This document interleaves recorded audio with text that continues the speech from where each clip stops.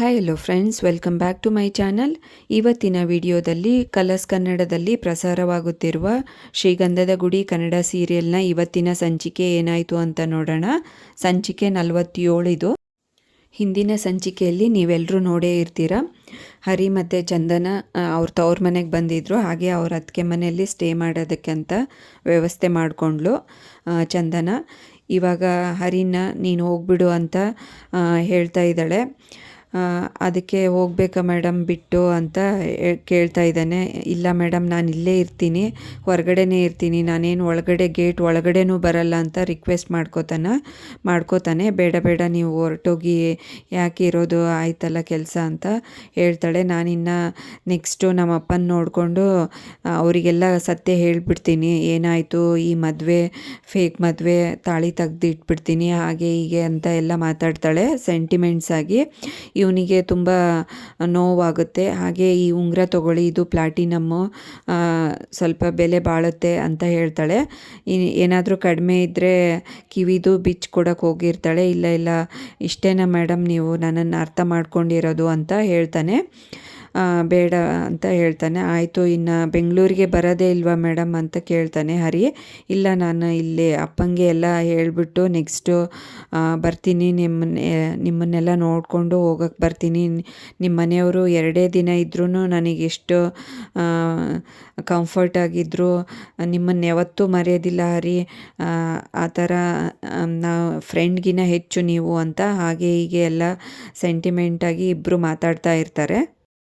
ಬಿಟ್ಟು ಹೋಗು ಅಂತ ಹೇಳ್ತಾ ಇದ್ದೀರಾ ಮ್ಯಾಮ್ ಅಂತ ಫೀಲ್ ಆಗಿ ಮತ್ತೆ ಮತ್ತೆ ಕೇಳ್ತಾ ಇರ್ತಾನೆ. ಹೌದು, ಮತ್ತೆ ನಾನೇ ಸಿಗ್ತೀನಿ ಬೆಂಗಳೂರಿಗೆ ಬಂದು, ನಿಮ್ಮದು ಎಷ್ಟು ದುಡ್ಡಾಗಿದೆಯೋ ಅಂತ ವಾಪಸ್ ಕೊಡ್ತೀನಿ, ಪಾಪ ನಿಮಗೂ ಖರ್ಚಿರುತ್ತಲ್ವಾ ಅಂತ ಹೇಳ್ತಾಳೆ. ಆಯಿತು, ಇನ್ನು ಹೊರಡಿ, ನಾನು ಲಗೇಜ್ ತೊಗೊಳಕ್ಕೂ ಬರ್ತೀನಿ, ನಿಮ್ಮ ಮನೆಯಲ್ಲೇ ಇರಲಿ ಅಂತ ಹೇಳ್ತಾಳೆ. ಇನ್ನು ಒಳಗಡೆ ಹೋಗ್ತಾಳೆ ಬಾಯ್ ಅಂತ ಹೇಳಿ. ಮತ್ತೆ ತಿರುಗಿ ನೋಡ್ತಾಳೆ. ಮತ್ತೆ ಅವಳಿಗೆ ಮನಸ್ಸು ತಡೆಯೋದೇ ಇಲ್ಲ. ಮತ್ತೆ ಹರಿ ಹತ್ರ ಬಂದು ಥ್ಯಾಂಕ್ಸ್ ಅಂತ ಹೇಳ್ತಾಳೆ. ಮತ್ತೆ ಹಗ್ ಮಾಡ್ಕೋತಾಳೆ. ನೀವು ಫ್ರೆಂಡ್ಗಿನ ಹೆಚ್ಚು ನನಗೆ ಅಂತ ಸೆಂಟಿಮೆಂಟಾಗಿ ಮಾತಾಡ್ತಾಳೆ. ತುಂಬ ಭಾವುಕಳಾಗಿರ್ತಾಳೆ. ಇದನ್ನು ಇವಳು ತಪ್ಕೊಳೋದು ನೋಡಿ ಅವನಿಗೂ ಶಾಕ್ ಆಗುತ್ತೆ. ಹಾಗೆ ಅವನಿಗೂ ತುಂಬ ಫೀಲ್ ಮಾಡ್ಕೋತಾ ಇರ್ತಾನೆ. ಅವನಿಗೂ ತುಂಬಾ ಬೇಜಾರಾಗಿರುತ್ತೆ, ಹರ್ಟ್ ಆಗಿರುತ್ತೆ. ಆದರೆ ಅವನು ಏನು ಮಾಡೋಕ್ಕಾಗಿರೋಲ್ಲ ಪರಿಸ್ಥಿತಿ. ಹಾಗೆ ಸುಮ್ಮನೆ ಇರ್ತಾನೆ. ನೆಕ್ಸ್ಟ್ ಇವಳು ಆಯಿತು, ಇನ್ನು ಹೊರಡಿ, ಇನ್ನು ನಾನು ಯಾವತ್ತೂ ನಿಮ್ಮನ್ನು ಮರೆಯೋದಿಲ್ಲ, ನೀವು ಯಾವತ್ತೂ ನಗ್ನಗ್ತಾನೇ ಇರಬೇಕು ಅಂತ ಹೇಳಿ ಒಳಗಡೆ ಹೊರಟೋಗ್ತಾಳೆ.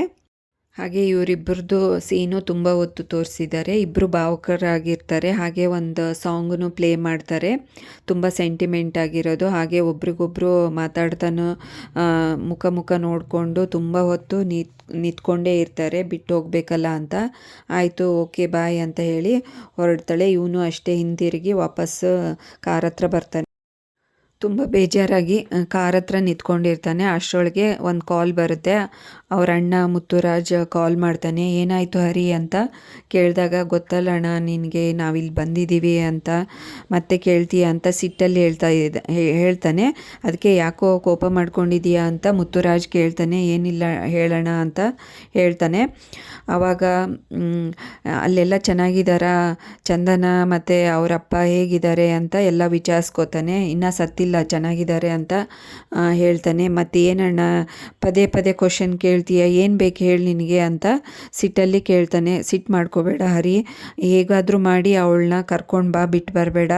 ಅಲ್ಲೇ ಇದ್ದರೆ ಅವಳನ್ನ ನೀನಂದರೆ ಮೊದಲೇ ಆಗಲ್ಲ ಅವರಿಗೆ, ಹೇಗಾದರೂ ಮಾಡಿ ಮನವೊಲಿಸಿ ಅವಳಿಗೆ ಮನ್ಸು ಚೇಂಜ್ ಮಾಡಿಬಿಡ್ತಾರೆ, ಬಿಟ್ಟು ಬರಬೇಡ, ಅವಳನ್ನ ಕರ್ಕೊಂಡು ಬಾ. ಇಲ್ಲಿನೂ ಜನ ಏನೇನೋ ಮಾತಾಡ್ಕೋತಾ ಇದ್ದಾರೆ, ಮತ್ತೆ ಬೇಕಿದ್ದರೆ ಹೋಗೋರಂತೆ, ಮೊದಲು ಕರ್ಕೊಂಬಾ ಅಂತ ಹೇಳ್ತಾನೆ. ಮೊದಲೇ ಹರಿಗೆ ತುಂಬ ದುಃಖ ಆಗಿರುತ್ತೆ. ಏನು ಮಾತಾಡಬೇಕು ಅಂತ ಗೊತ್ತಾಗ್ತಾ ಇರಲ್ಲ.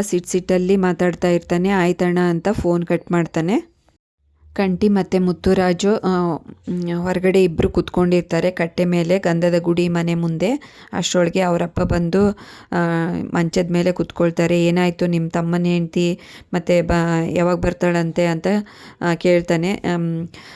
ಅದಕ್ಕೆ ಅವರಪ್ಪಂಗೆ ಆರಾಮಿಲ್ಲಂತೆ, ಹುಷಾರಿಲ್ವಂತೆ ಅಂತ ಹೇಳ್ತಾನೆ ಮುತ್ತುರಾಜು. ಮುಂಚೆ ಹುಷಾರಿರಲಿಲ್ವಾ ಇವಾಗ ಅಂತ ಕೇಳ್ತಾನೆ.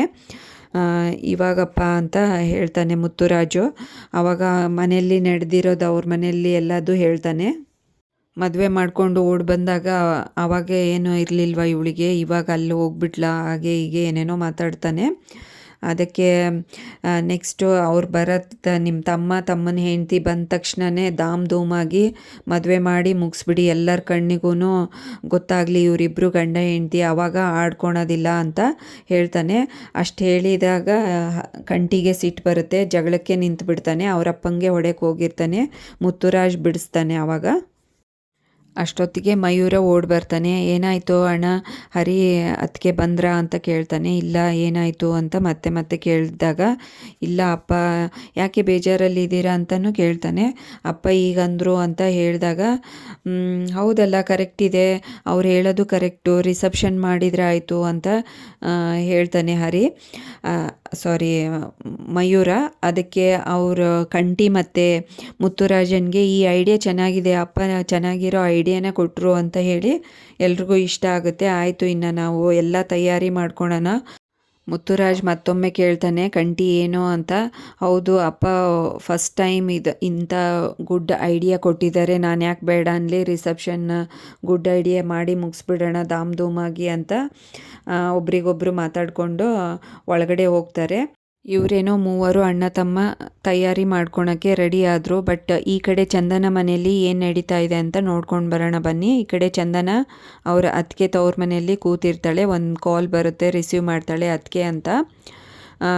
ಹೇಗಿದ್ದಾರೆ ಅಪ್ಪ ಅಂತ ಕೇಳ್ತಾಳೆ. ಈಗ ಪರವಾಗಿಲ್ಲ, ಡಾಕ್ಟ್ರೂ ಚೆನ್ನಾಗಾಗಿದ್ದಾರೆ ಅಂತ ಹೇಳಿ ಹೊರಟೋದ್ರು, ಮಾತಾಡ್ತಾ ಇದ್ದಾರೆ ಅಂತ ಹೇಳ್ತಾಳೆ ದಿವ್ಯಾ. ಅದಕ್ಕೆ ನಾನು ಇವಾಗ ಬರ್ತೀನಿ ಅಪ್ಪನ ನೋಡೋಕ್ಕೆ, ಪ್ಲೀಸ್ ಹೆಲ್ಪ್ ಮಾಡಿ ಅಂತ ಕೇಳ್ತಾಳೆ. ಇವಾಗ ಬರಬೇಡ, ನಿಮ್ಮ ಅಣ್ಣ ಹೊರಗಡೆ ಹೋಗ್ತಾರಲ್ಲ ಅವಾಗ ಕರಿತೀನಿ ಅಂತ ಹೇಳ್ತಾಳೆ.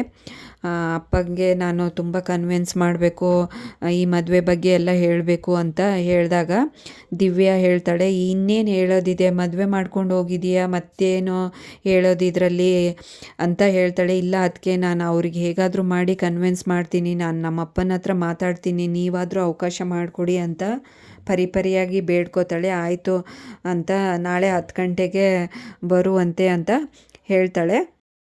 ಹಾಗೆ ಕಾಲು ಇಟ್ಬಿಟ್ಟು ವಿಂಡೋ ಹತ್ರ ಬಂದು ಸುಮ್ಮನೆ ನಿಂತ್ಕೋತಾಳೆ ಚಂದನ. ಅಷ್ಟರೊಳಗೆ ಹರಿ ಕಾಣಿಸ್ಬಿಡ್ತಾನೆ. ಏನು ಇವ್ರು ಇನ್ನೂ ಹೋಗಿಲ್ಲ ಅಂತ ಮನಸ್ಸಲ್ಲಿ ಅಂದ್ಕೊಂಡು ಕಾರ್ ಕಡೆ ಬರ್ತಾಳೆ. ಹರಿ ಅಂತ ಕರೆದ್ರೂ ಇವನಿಗೆ ಕೇಳಿಸೋದೇ ಇಲ್ಲ. ಹತ್ತಿರ ಇರ್ತಾನೆ, ಬಟ್ ಇವನು ತುಂಬ ಡೀಪಾಗಿ ಯೋಚನೆ ಮಾಡ್ತಾ ಇರ್ತಾನೆ ಬೇಜಾರಲ್ಲಿ. ಹಾಂ ಮ್ಯಾಮ್ ಅಂತ ಮತ್ತೆ ಈ ಕಡೆ ನೋಡ್ತಾನೆ. ಮಧ್ಯಾಹ್ನದಿಂದ ಇಲ್ಲೇ ಇದ್ದೀರಾ, ಹೋಗೇ ಇಲ್ವಾ ನೀವು ಅಂತ ಬೈತಾಳೆ. ಯಾಕೆ ಹೋಗಿಲ್ಲ ಅಂತ ಅಂದಾಗ, ನಿಮ್ಮನ್ನು ಬಿಟ್ಟು ಹೇಗೆ ಹೋಗೋದು ಮೇಡಮ್ ಅಂತ ಅಂದಾಗ, ಹಾಂ ಯಾಕೆ ಅಂತ ಕೇಳ್ತಾಳೆ. ಇಲ್ಲ ನಿಮಗೇನಾದರೂ ತೊಂದರೆ ಆಗಿಬಿಡುತ್ತೇನೋ ಅಂತ ಮತ್ತೆ ಇಲ್ಲೇ ಇದ್ದೀನಿ ನಾನು, ಅಲ್ಲಿ ನೀವಿಲ್ಲಿದ್ದರೆ ಸುಮ್ಮನೆ ತೊಂದರೆಯಲ್ಲಿ ಸಿಕ್ಕಾಕೊಂಡ್ರೆ ನಿಮ್ಮನ್ನು ಯಾರು ಪಾರು ಮಾಡೋದು ಅಂತ ಇಲ್ಲೇ ಇದ್ದೆ ಮೇಡಮ್ ಅಂತ ಹೇಳ್ತಾನೆ. ಅಷ್ಟರೊಳಗೆ ಈ ಸಂಚಿಕೆಯನ್ನು ಮುಕ್ತಾಯಗೊಳಿಸ್ತಾರೆ. ನೆಕ್ಸ್ಟ್ ಸಂಚಿಕೆಯಲ್ಲಿ ಏನಾಯಿತು ಅಂತ ಕಾದು ನೋಡೋಣ. ಅಲ್ಲಿವರೆಗೂ ಈ ವಿಡಿಯೋ ನೋಡಿದ್ದಕ್ಕೆ ಎಲ್ಲರಿಗೂ ಥ್ಯಾಂಕ್ಸ್. ಹಾಗೆ ಈ ವಿಡಿಯೋ ಇಷ್ಟ ಆದರೆ ಲೈಕ್ ಮಾಡಿ, ಶೇರ್ ಮಾಡಿ, ಕಮೆಂಟ್ ಮಾಡಿ. ಹಾಗೆ ಚಾನಲ್ನ ಸಬ್ಸ್ಕ್ರೈಬ್ ಮಾಡ್ಕೊಳ್ಳಿ. Thanks for watching this video.